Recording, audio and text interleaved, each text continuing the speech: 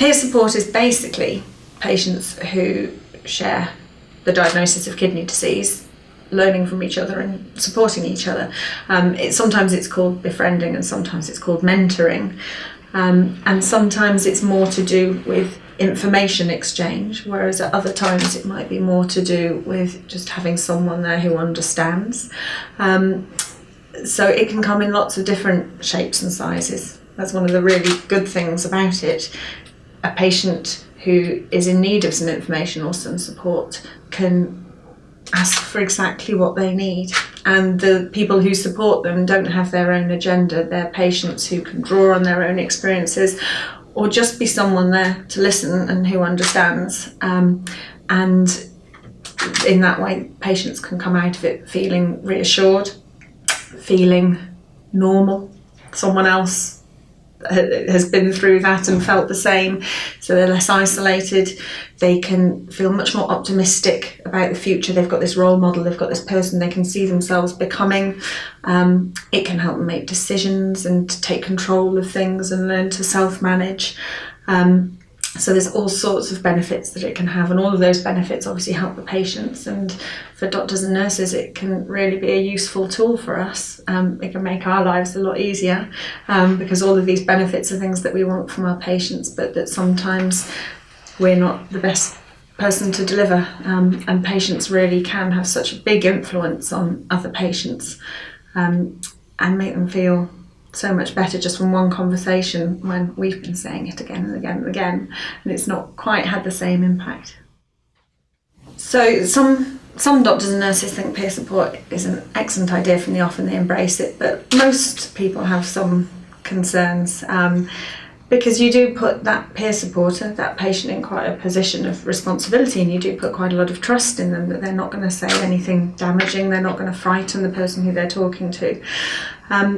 But so there's lots of ways that you can sort of go through the process properly so that any risks to the person who's receiving support are absolutely minimised.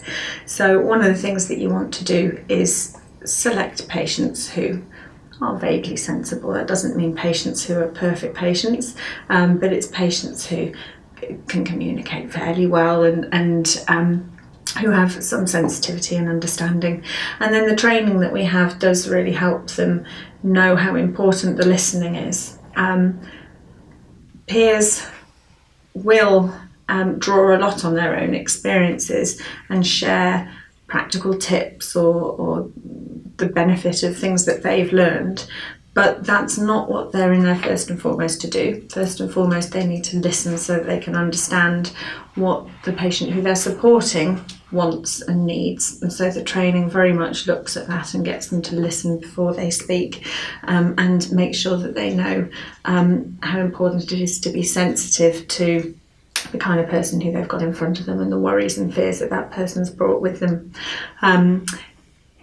As a part of that, so part of the training is also that that the peer supporters should never give medical advice. That's often a big concern for doctors and nurses, but just to reassure you that peer supporters are not expert patients. They're not there to replace any of the work that doctors and nurses do, and it's emphasised in their training that they're not there to give medical advice.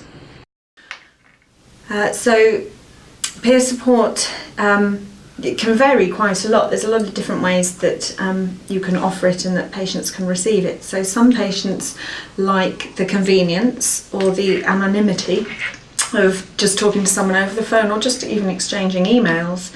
But I do find that more patients prefer to meet someone face to face, because part of what they're getting is the full picture, is the visual impact that they get from meeting somebody who's lived with kidney disease.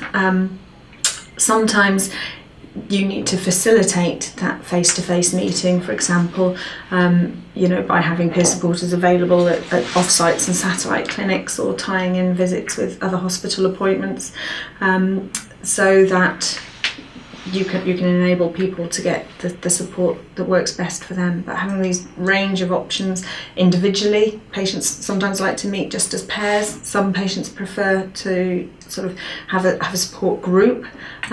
There's all sorts of things that you can do with it, and all sorts of ways that different patients' needs will be met.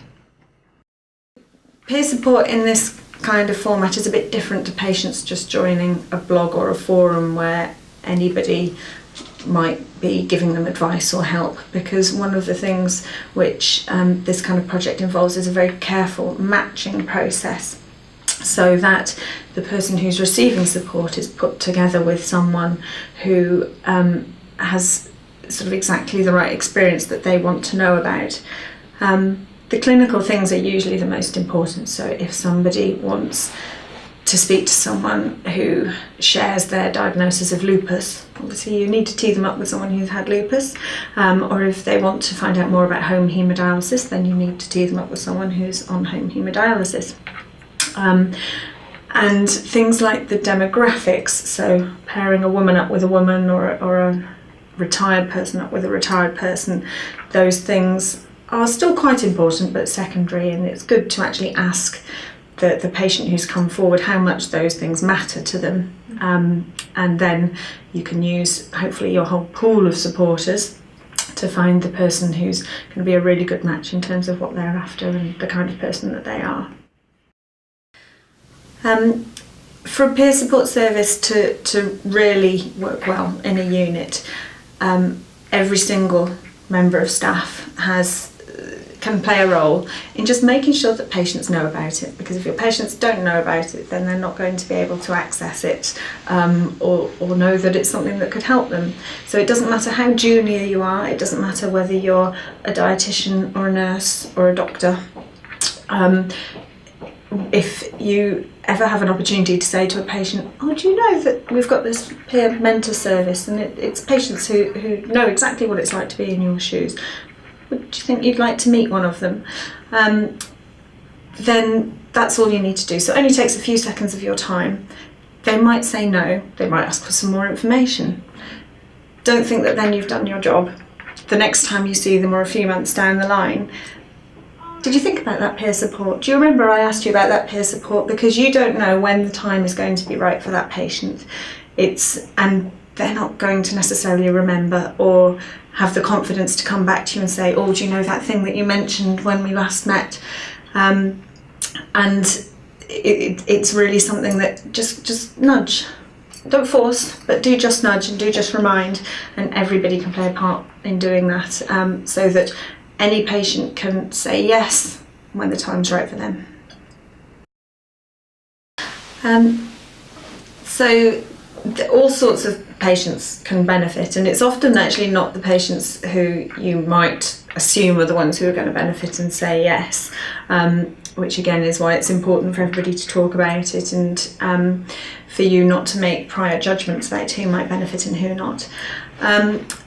A particular group who I've seen it be useful to, and some of the research has shown it's useful to, are the ethnic minorities, and that might be because they're a group who quite often our standard services do find it harder to engage and to really build up a good rapport with. And so I've often used Asian women who can speak different languages, Asian men too, come to that, and having peer supporters who can really connect with patients in their own language is really useful.